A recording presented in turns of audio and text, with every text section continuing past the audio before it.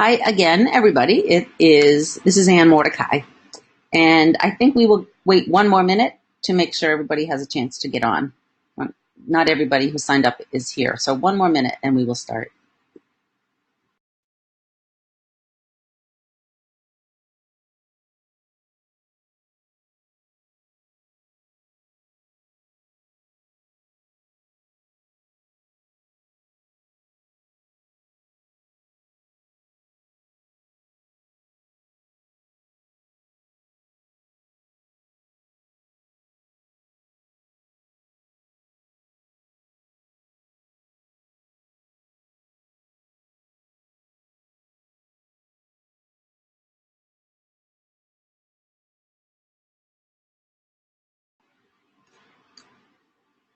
Hi, let's start. It's time. So welcome to the webinar by Demonstrated Success called Creating a Standards-Aligned Local Assessment with Content Library. The Content Library is part of PerformancePLUS. I want to just start with some of the overall things. I always feel like I want to say, okay, in the bathroom's down the hall, but obviously that doesn't matter here. For the webinar, you can see on your control panel, there's a space for questions, so please ask questions. I'm Ann Mordecai. Karen Matzo is coming. She'll be logged on in just a couple minutes, and she will be monitoring the questions to make sure we're not missing any. And what else? Also on your control panel, there are some handouts. If you look below, there are two handouts. One is the PowerPoint that I'm using, and one is how to log on to the Demonstrated Success site where you can get the PowerPoint and the recording of this webinar and other webinars. The PowerPoint for this is really short this time because most of what I'm going to be doing is going to be live on P+, which always makes me nervous because you never know if it's going to be up. You never know if the internet's going to be working. But anyway, let's start from there. If you have any questions beforehand, send them. That would be great. We'd love to know anything you're particularly interested in, and we'll try and answer them, or we will just answer them as part of the webinar anyway. So let's start. Let's see. The goals for today are to show you some things about the content library, show you the content library. I don't know if people have seen it or not or used it. We're going to find questions aligned to your units, your lessons, your standards. It's really handy to have some questions that are Common Core aligned or New Hampshire standard aligned, and they also match your units or your lessons. I'm going to go through and create an assessment. I'm going to actually create a math assessment and put some data in, show you how you go from creating it to getting some data in. And also, I'm going to create an ELA assessment. They're a little bit different.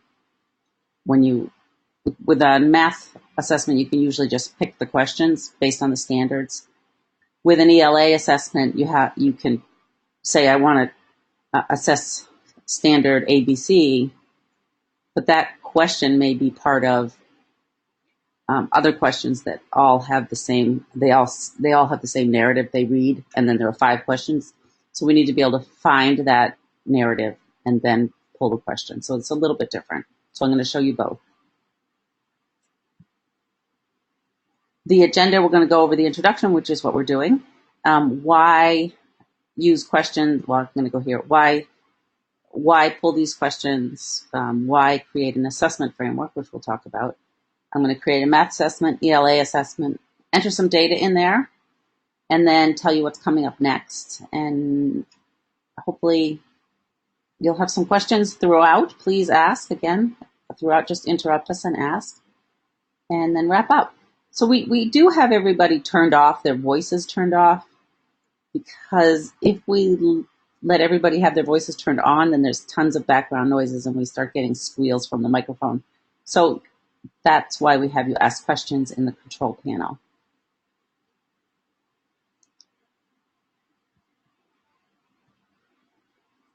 The very first thing as part of the introduction, I'm going to show you how to log into the Demonstrated Success website. We've been trying to do this with every webinar just so that people get used to going in there. So I'll escape out of here.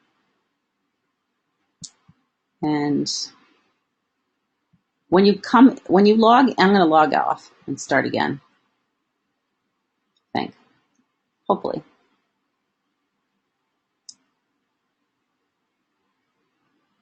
I hope everybody can hear me. That would be really nice.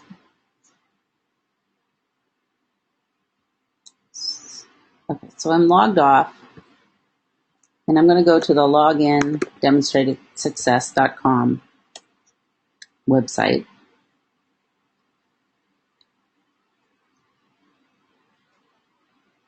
Enter. Oh, I guess mine is just going to show up. You will have to either register if you haven't before, or enter your name and password if you haven't been on before. Once you're in, click on Resources and Discussion up here on the top.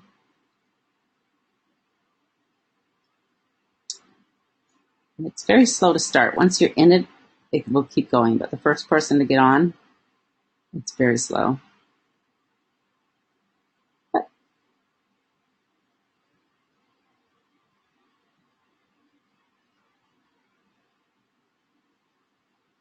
So resources and discussion. This is what you'll find, all these resources. So workshops and trainings, if you click here, you'll get some information about us.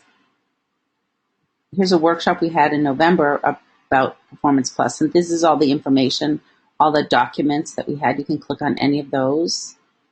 All of these are previous recorded webinars. Actually, that's just the heading, I guess. So here's one we did in August. These are all the documents. If you click right here, you would actually go to a link. This is a link to the recording of the webinar. Muted.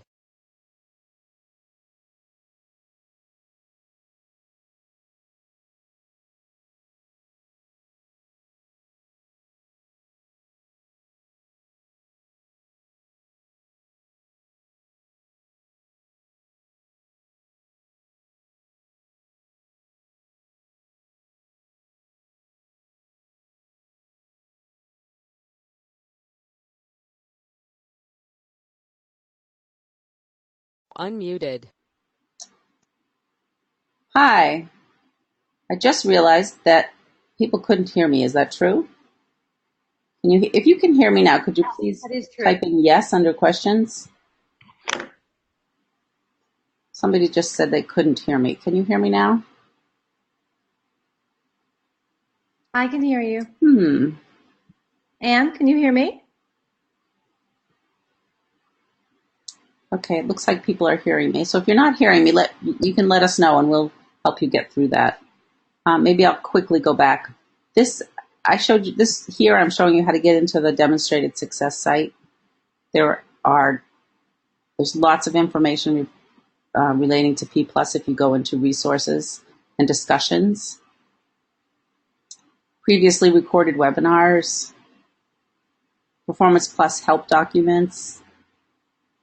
So those can be very helpful materials. I'm going to go back to the presentation. We just went over the introduction when I was talking about, I first went over the agenda and the goals, and everything was written. So if you couldn't hear me, I think you could get the idea because everything was written there.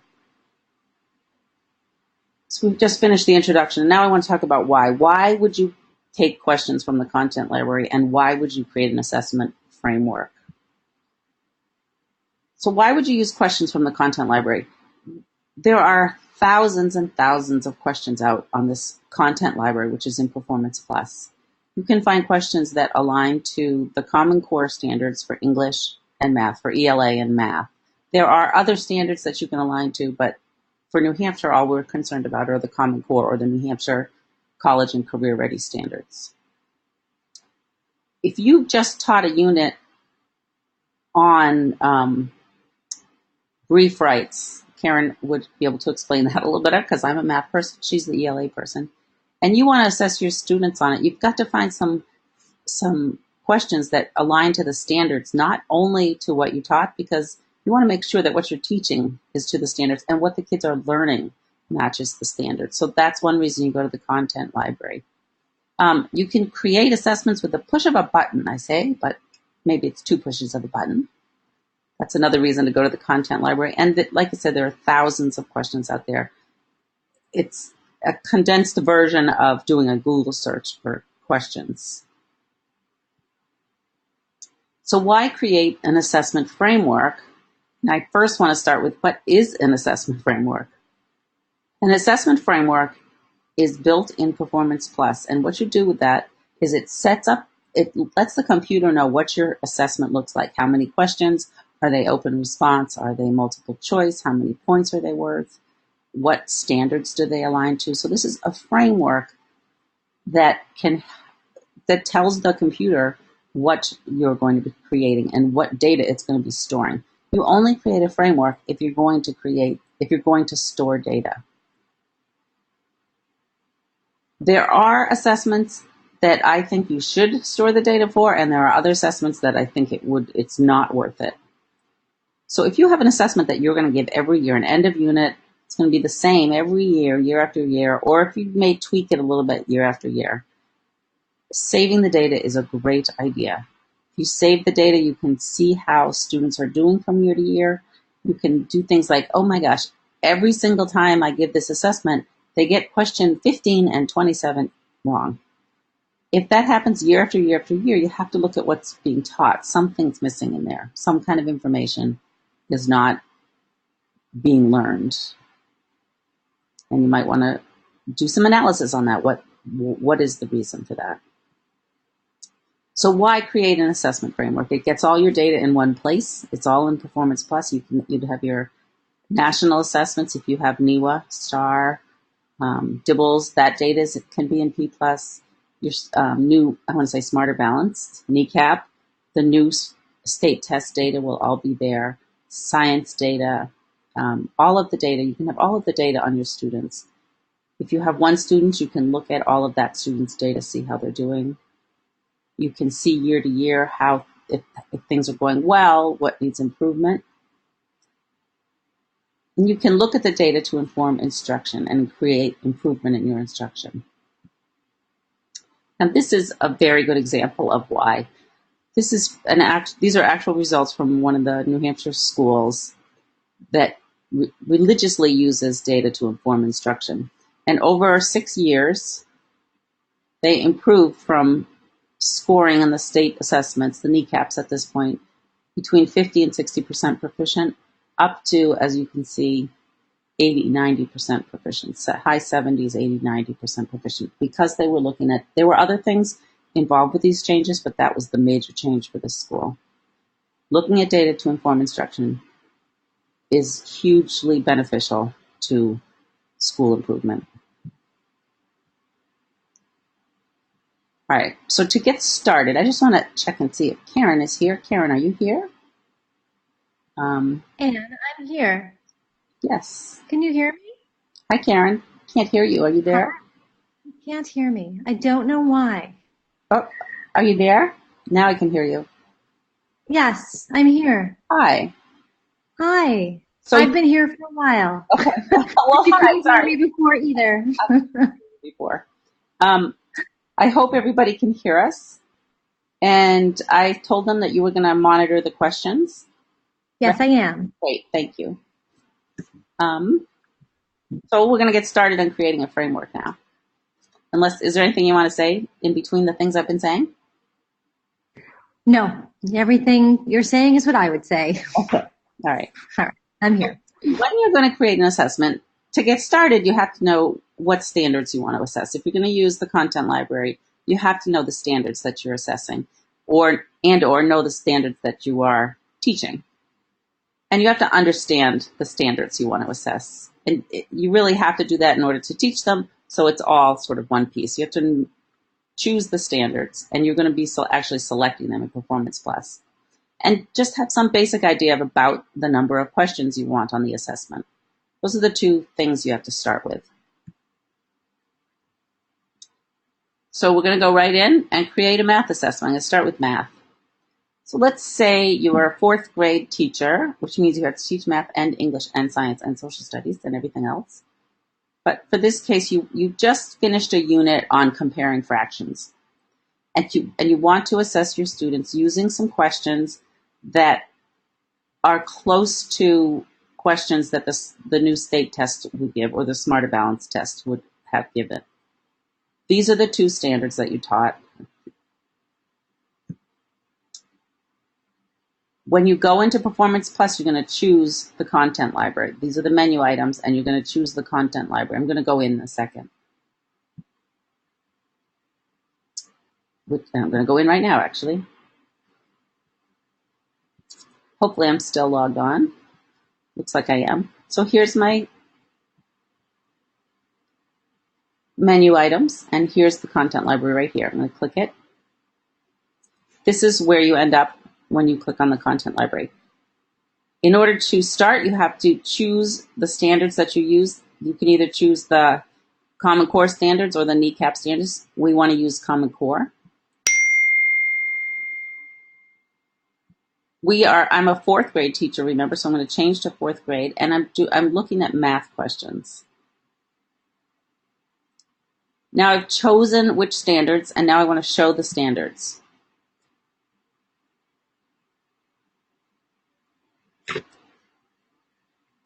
It's getting the standards. Please wait. And here they are. And I showed you on the PowerPoint that I just finished teaching a unit on comparing fractions, and these are the two standards related to comparing fractions. You don't have to read this right now or ever, but you do have to know which standards you're choosing. I happen to know that right now I want 4 NFA1 and 4 NFA2, so I choose both of those. Over here, it tells me the number of questions that are available. That's a lot of questions. So once I've chosen my standards, I'm going to scroll to the bottom, click on Show Questions.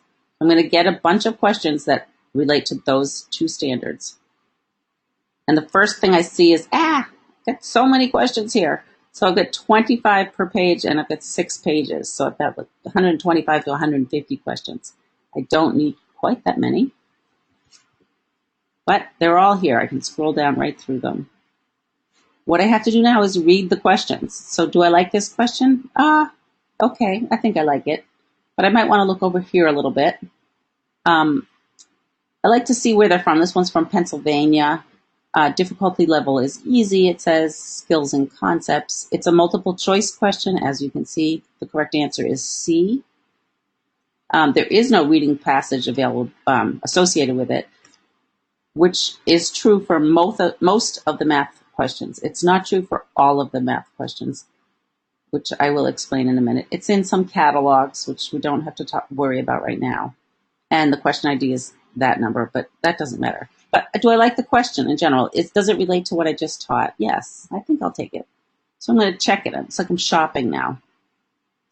And, I think I'll take that one too. Whoops, I have to make this. Now you can see over here. I hope you can see it. Karen, can you see over here where my cursor is? Oh, yeah, that was good, huh? Karen? Yes, I can. Okay, good. I don't want to do that right now. I don't know why it's taking me there. Let's go back to Performance Plus. Okay. So over here it says I've added 2 items. So basically I've added 2 items to my shopping cart. I'm going to look down. This is a word problem, but it's really just, it's not really. It's kind of like just here's a fraction. I don't like this one. I don't like this. So I'm going to skip through. If you see this here, this says Engage New York. Engage New York is the New York, it's kind of the New York curriculum. They have great questions, but they do have passages, and it's a little more complicated to get, so I'm not going to worry about it right now. I'm going to just skip over these Engage New York questions. So skip. These are still Engage New York. Scroll down until I can find some other ones I like. Oh, I like this one. I know, let's say I like that one. That's a good one. But so far, all I've picked are multiple choice questions. I think I really would like to get some that aren't multiple choice. But before I go back to select that, I've added 4 items to my basket. And I need to add it to the questions I'm really choosing. So I'm going to click on Add. And what you see here are those 4 questions. I've added them to my little assessment. You can see each one of these. But like I said, they are all multiple choice, and I don't really want that. I want to go back, I always call this the cookie crumbs, but I know that's not what it's called. I want to go back and choose some more. So back to the question search criteria, which is this page. It's getting the standards because I had already done that. Those are the right standards. And I think I just want open-ended. So I'm going to say show advanced search criteria. And I'm going to go to question type, open-ended. Those are the only ones I want. So I'm going to show questions again. Now I get this standard, but so many of these engaged New Yorks because they're all open-ended. I actually already chose 4 questions that were for this standard. I want to choose some questions that are from the other standard. So I'm going to go back.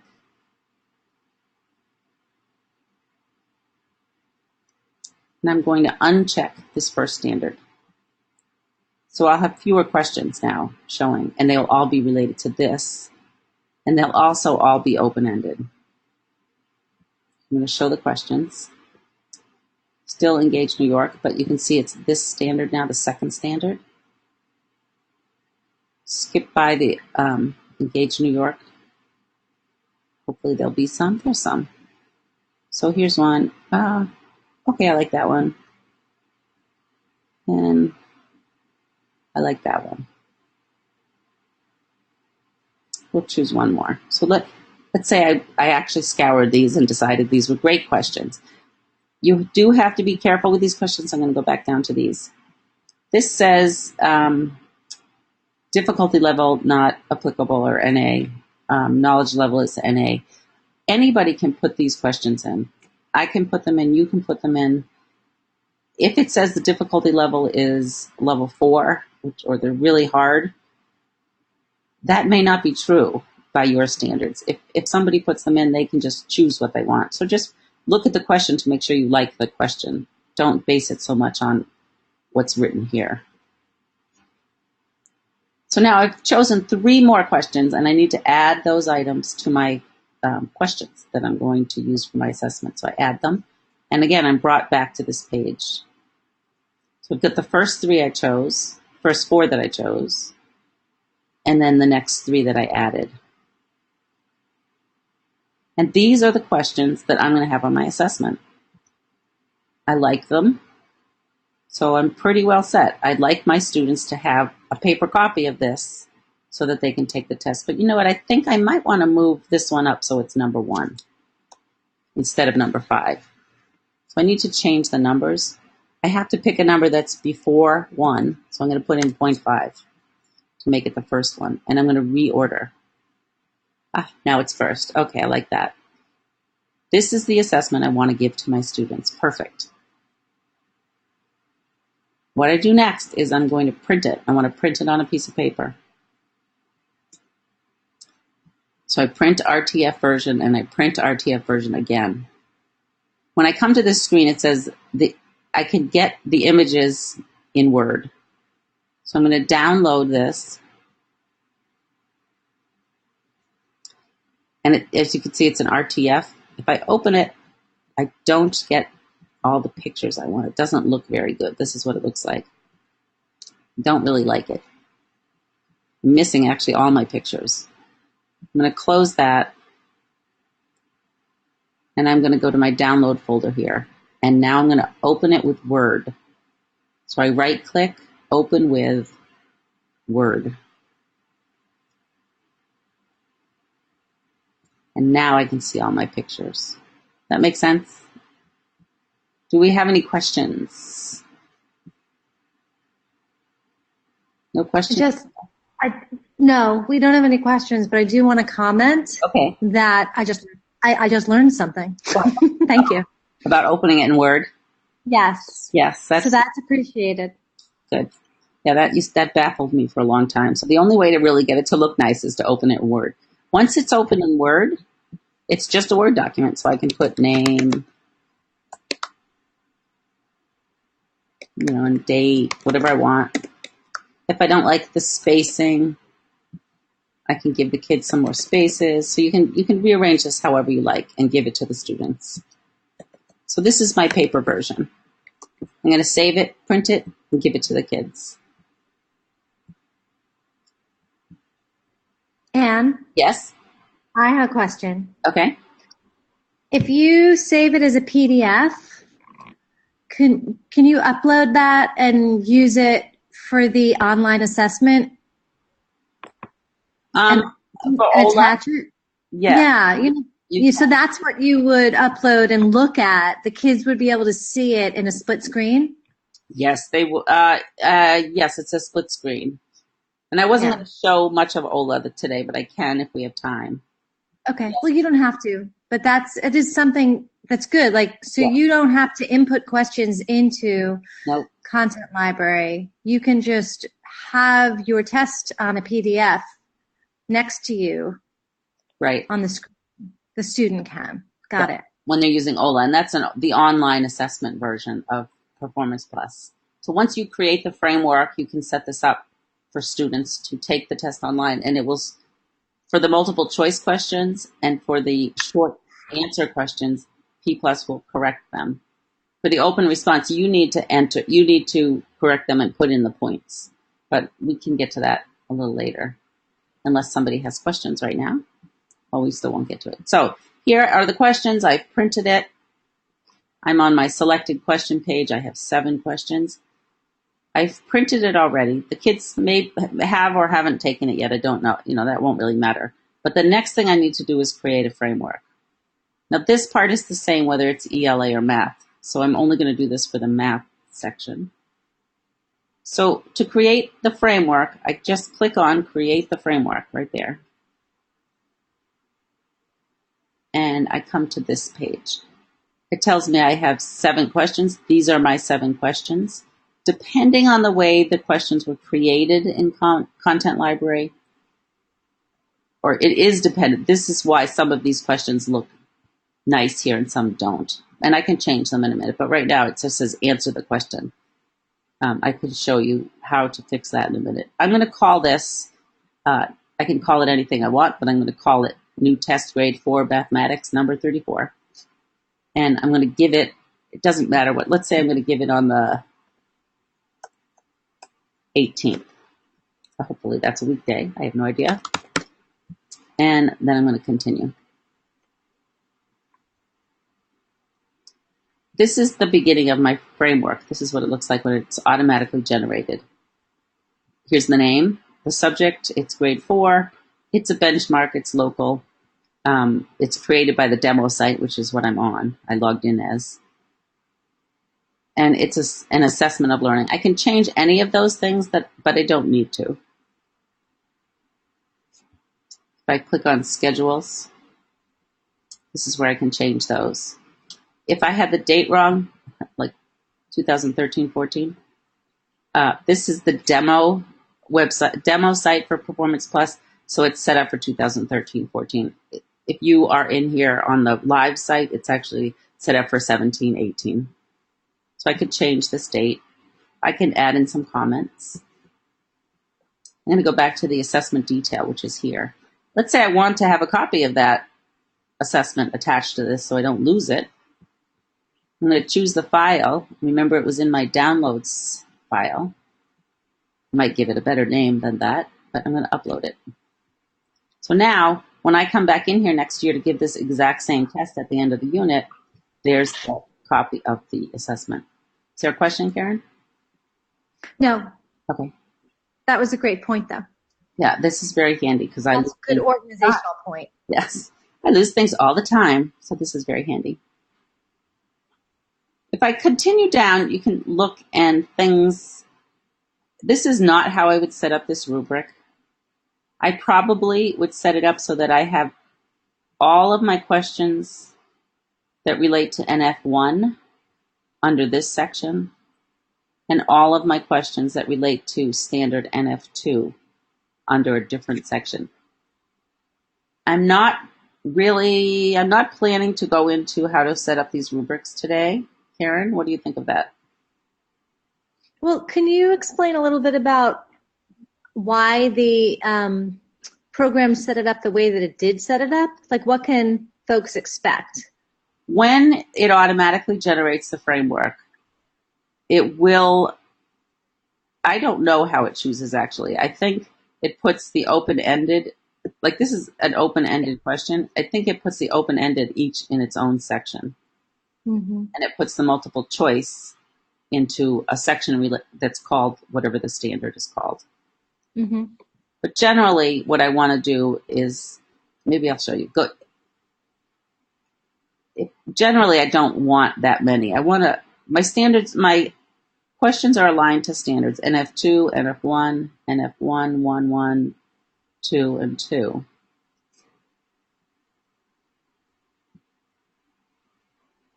But if I want to manually align questions to existing sections, I can go there. Whoops.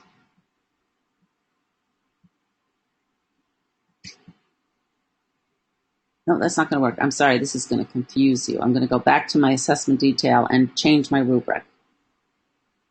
Here's my NF1. I'm just going to change this one to NF2. So the place in Performance Plus where you manage the rubric is always the assessment detail? It's in assessment detail, right? Okay. And so on the blue bar up there, you always want to go back to assessment detail if you want to change things in your rubric. This is where you assign points. If I have 4 questions in here and each one is worth a point, this is where it's assigned. If my student gets 4 correct, they'll be proficient with distinction. If they get 3 correct, they're here. If they get 2 correct, they're here. I can change partially proficient, and all of those words to 1 correct, to getting better, whatever I want the heading to say. Yay! We got them all. Sometimes people align that language to the language on their report cards. Right. Sometimes they align that language to their to different rubrics that they're using.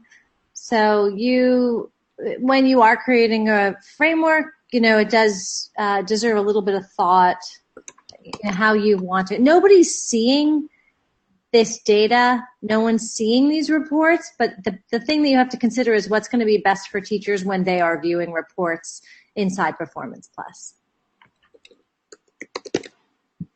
So I'm just going to save this rubric.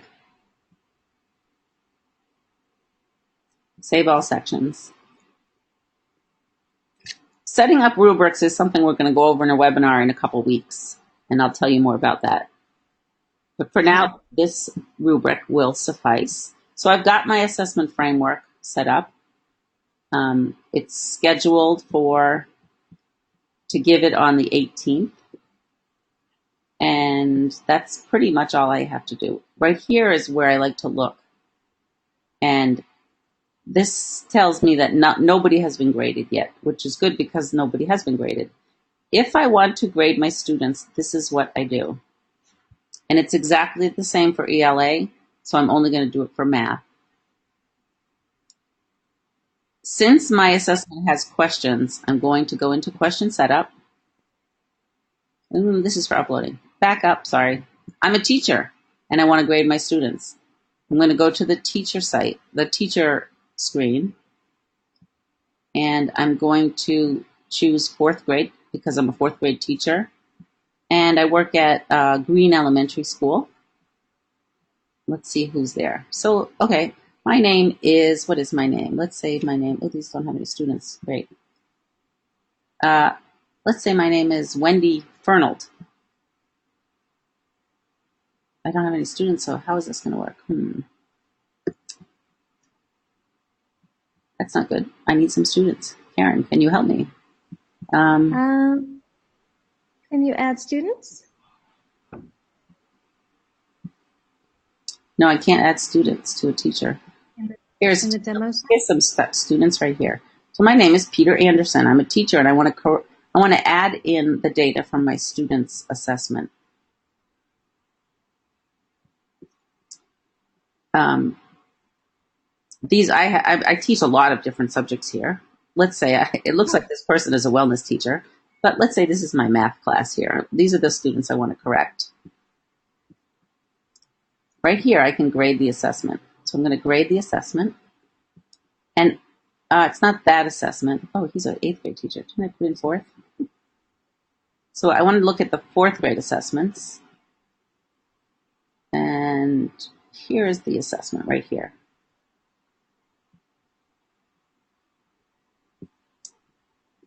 And I want to continue.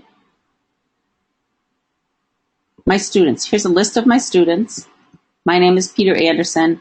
This is my class, multi-queen, whatever that means. And I'm a phys ed teacher, even though I gave a math test. I want to grade my students. So I can go in one at a time and grade him. The first question was open response, and he got 2 points. On the second question, he answered C, and then he answered C, and on this one, he answered A. And so I have his test in front of me, and that's how I know this. Again, this is an open response. He got 1 point, and here's another. So this is how my student did. If I save it, where do I update it? And won't it give you the next student? I could go update to the next student or just update. If I update here, you can see he didn't do very well. He only got 37% out of 100. But those were his answers on the test. So now I'm going to go to the next student. So now I'm on the next student. Let's say he got 4 points, and he answered a correct, a C, a B, an A, and he only gets 2 points for this one. It's worth 4 points. And he gets... You're a hard teacher. 3 points. Oh, no. I just didn't teach very well, I guess. Now I'm going to update. Now he gets a 75. So that's pretty good. So that's one way. It's kind of slow. There's another way that's a little bit quicker. If I go back to the class list, I can switch to mass grade. You can see that I've already put the information in here. Switch to mass grade. And now I've got more of a rubric or more of a spreadsheet layout. So I can now go a little faster. 4. And then he put in a C, C, A. He got 2 points and 3 points. Now I can go to the student. This is a much quicker way to do it. And I can just go through all my students this way. This one didn't do very well at all. When I'm done, I save. And let's say I finished them all, and I'm going to go to the teacher list. Actually, I need to go back to the assessment. Grade 4. Math. And show. And now you can see four students their assessments have been corrected. Let's look at one. These 4, this is the second one I put in. And remember, these are fake students. This is a test database. If I look here, here's a list of all the tests he's taken. He's pretty proficient or above proficient. He had a little trouble with this 8th grade writing test. He was level 2. But on the test he just took that I entered, which is this one, he was a level 3. Here are his scores. And now you can see this is the rubric. The rubric was set up NF1A, and I changed that second one to NF2. So I do have to be careful how I set up my rubrics. This is where you start seeing what your rubric is going to present. So the way you design your rubric does need some thought. I can also see how the student did on each question. Go back to assessment detail, and then I can back to the student list and back to the assessment. For students, there's the data, or there's the assessment, and these are my rubrics.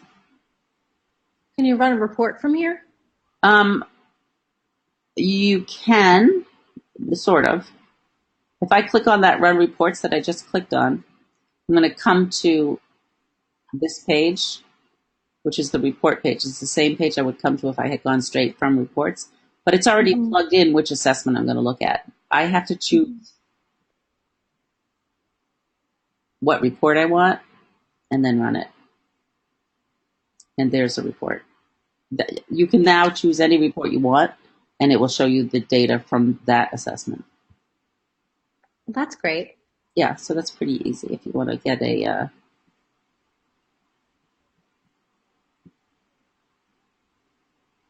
it shows you each student, how they answered each question. You could get a pie chart from here. Where is it?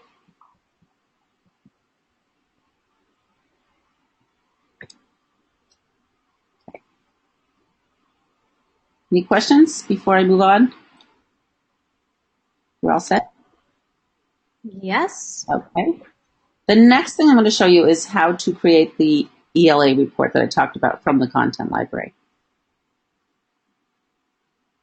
I'm going to clear, these are the 7 questions that I selected before. I'm going to clear them. Did you mean to say report? Did you mean to say assessment? I did mean to say assessment. I'm really sorry. Yes. Just wanted to clarify. Thank you. So this was the content library. And again, here are my standards. These are the 7 questions that I chose. I don't want them anymore, so I'm going to clear those. And this time I want 4th grade ELA. And these are my math standards. I need to show my ELA standards. Karen, you want to pick one once we get there? Standard? Sure. If it depends.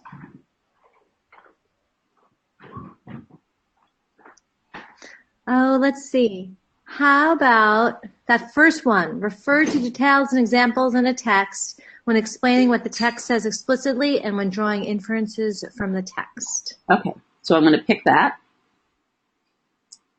Now it's stuck on open-ended. I don't necessarily want open-ended right now, so I'm going to choose all of them. And I'm going to show questions. 25 per page, and I've got 11 pages. That's way too many questions for my brain. But I'm going to start with this. So you can see right here, it's listed the standard that I chose. Over here, it tells me that I've got a reading passage associated with this. So what text evidence does not show the fury of Zeus? Does not show? Interesting. And then it gives you some choices. In order for this question to work, I have to obviously bring along the reading passage. So if I select this question, and then, okay, I'm going to go down and select this question because I like it. It's a different reading passage. So this is going to end up, if I just did it like this, I'm going to end up with, say I picked 5 questions that I liked, but there were 5 different passages. That would mean that the poor students would have to read a whole passage, answer one question, a whole passage, answer another question, a whole passage, answer another one, and so on. So to be nice to my students, I probably should pick the ones that relate, that all have the same passage. So I can look here and say, oh, yeah, these all have the same passage. But there probably are some other questions that have the same passage. And I'd like to see what they are. Let's click the 4, though, that address that standard, because we could get some really good evidence around that standard. Okay. If we have 4 questions associated to the same passage. Right. Okay. So that's good. That would be good. So I've chosen those, so I need to add them. And there they are. I still don't know. I still can't see the passage. Well, I've got 5. Did I choose 5? You chose Rumpelstiltskin at the end, but that's okay. We can do it with 2 passages. Oh, I can get rid of them. Okay. Yeah, let's get rid of that question. I chose it by mistake, so I'm going to select it and remove it. Am I sure? Yes. So let's look at the passage. I probably should have done that before I selected it. So this is the passage. Actually, I don't like it, but let's stick with it. If I look at it, it's like, oh, it's kind of short. It's not really a passage, but okay, we'll go with it. This is my passage right here. I'd like to get all the questions related to this passage, even if they're not that particular standard. To do that, actually, these are all the questions. Yes, Karen? Yes, these are all the questions. 1, 2, 3, 4, 5. Looks like there's one more. There's one more, and I have to find it. So up here is the reading passage ID. I can double click on that and then copy it. So edit, copy, and then close this. Go all the way back to the question criteria and find a reading passage. Then I can edit paste or Control V the paste the passage number in there. Look at all of the passages and find it. There it is. So there it is. There's my passage. Oh, I like it a little better. It looks a little better like that, doesn't it? And I want, oh, here's the one question that's missing. So I'm going to select it, and I'm going to add that to my selected questions. Now I have 5 questions, and they're all related to this passage. Does that make sense? Karen, how are we doing? It makes perfect sense to me. Okay. Do we have questions? No questions? Nobody's asking questions right now. Okay.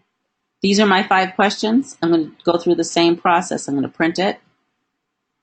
This is what it looks like now. I'm going to do this print again, download it. If I open it in RTF version, it's not going to look good. So I have to go into my downloads file, find it, open it with Word. There it is.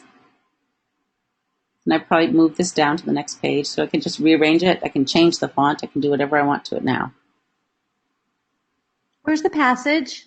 Oh, there it is. Right on the top. What if I want to put my reading questions before the passage so they can preview the questions? Let's see. I know there's a way to do that. You're going to trick Cut and paste? No, you can cut and paste, but you can also, I think you can move them. So display the reading passage at the end and then redisplay it.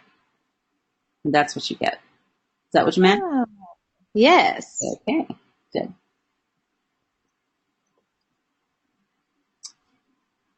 You can then create the framework, and it's the same process. Entering the data, it's the same process. Could you, okay. What? Go ahead. What's it going to look like if you press Create Framework? First you come here, it makes up a title for you. It gives you a date that you're going to supposedly give the test. Mm-hmm. And we can change that. And now there were no, I only chose multiple choice questions, so they went into. Right. So the first four questions are aligned to the standard that they are aligned to, and then the second section is the separate standard with that one question. Right. Exactly. Got it. Exactly. Okay. The one last thing I was going to show was how to upload data from a spreadsheet. So we have about 10 more minutes so that is what I'm going to show you unless somebody stops me and asks me a different question. So I'm going to give you about 30 seconds to think about that while I'm getting there. So I'm going to use the 4th grade math test as an example. The first thing I'm going to do is go to assessments. And this is the one we made today, but I set up one earlier so that I didn't have to worry about too many mistakes with it. So this, I gave my students this assessment. Here's the rubric, the 2 sections. I've got questions. I can show you what the questions look like. Here are all my questions. And my teachers have entered their answer into this spreadsheet. So this girl, here's her student ID, and these are her answers, or the points that she got on the open-ended ones.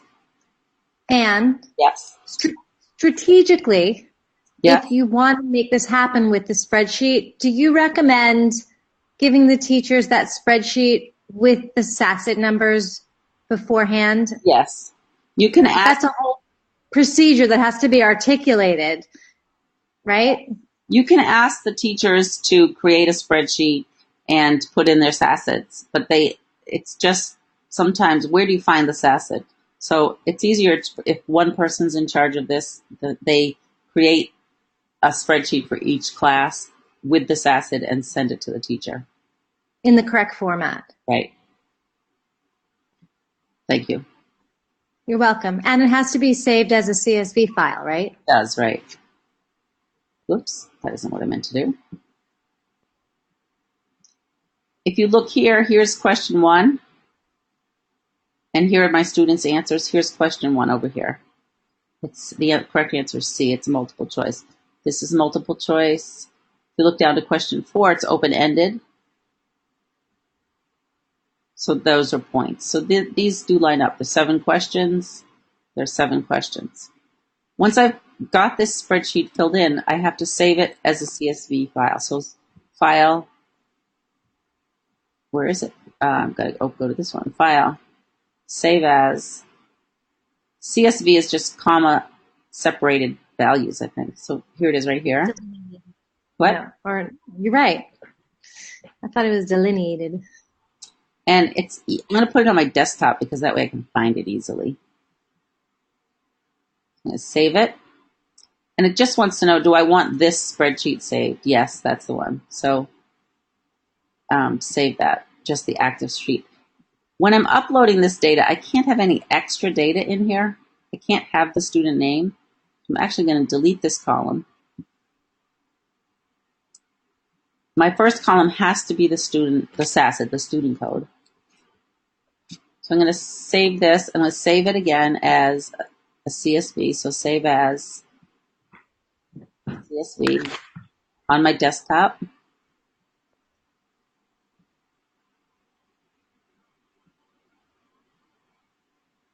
And now I'm going to... Can I make a comment? Yes.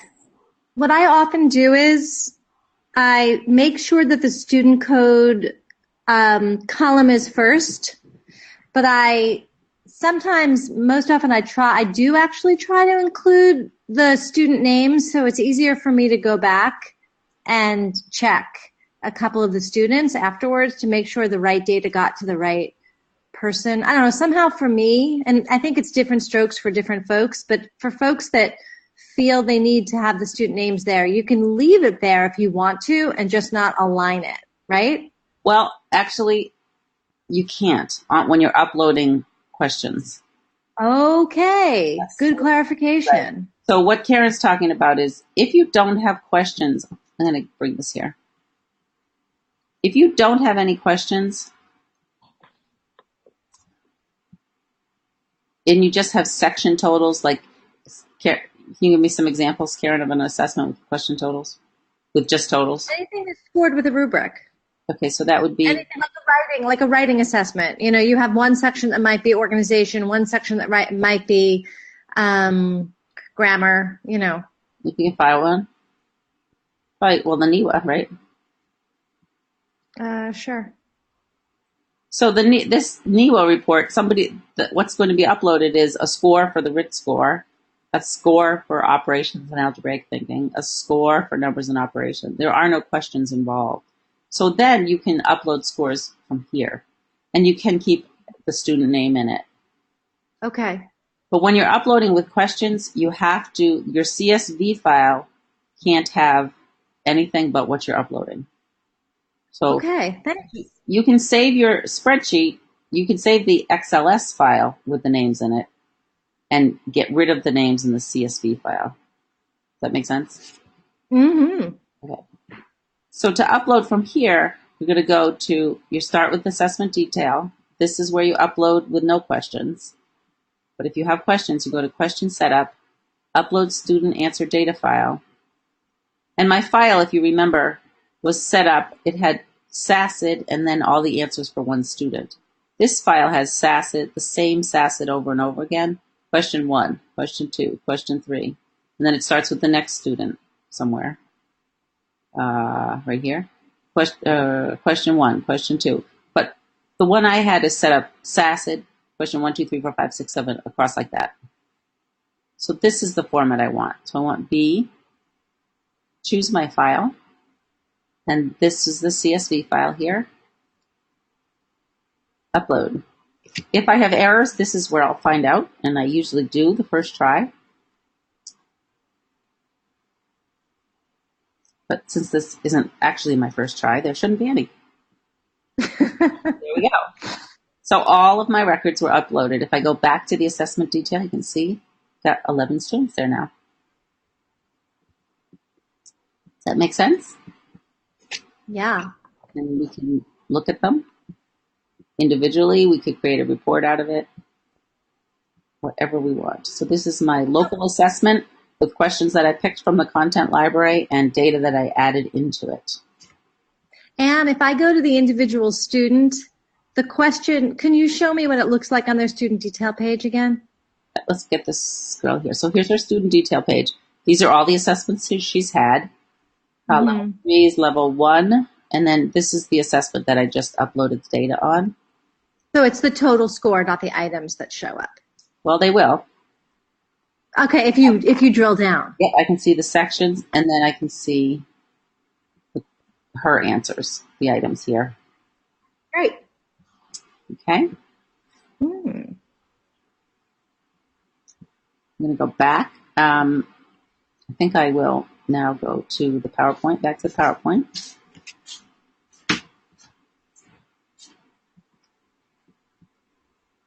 So we covered all that. So what's next? One of the questions that we get asked is, all right, I already have an assignment, I already have an assessment. I don't need to choose these questions from the content library because my assessment's already made. I've been using it for a couple of years. You can create a framework from your own assessment. Then you align the questions to the standards, so you have to make sure that your questions do align to standards.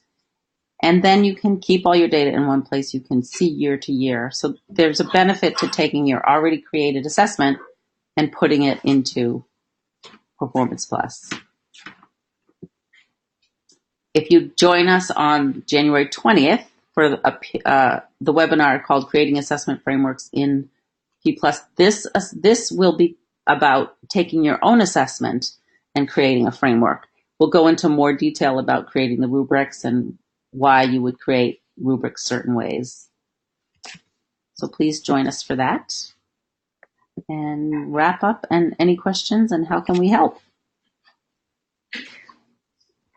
So I do want to say that it is not the expectation, right? And you agree that you could leave this webinar and do it all on your own. That's true. We found that it takes a few different exposures to be able to create the assessment or create the assessment framework on your own. And it feels pretty straightforward to both of us at this point. But we really do encourage you to contact us. You can contact Anne. You can contact me. And you can contact Mike. But I'd start with Anne and I, just because.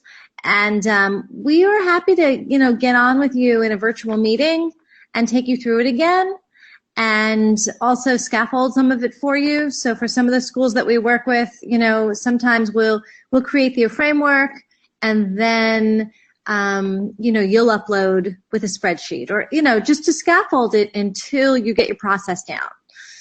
Yeah. So we're here to help you. In most schools, there's one or two people who do this process. They're the ones who create the frameworks.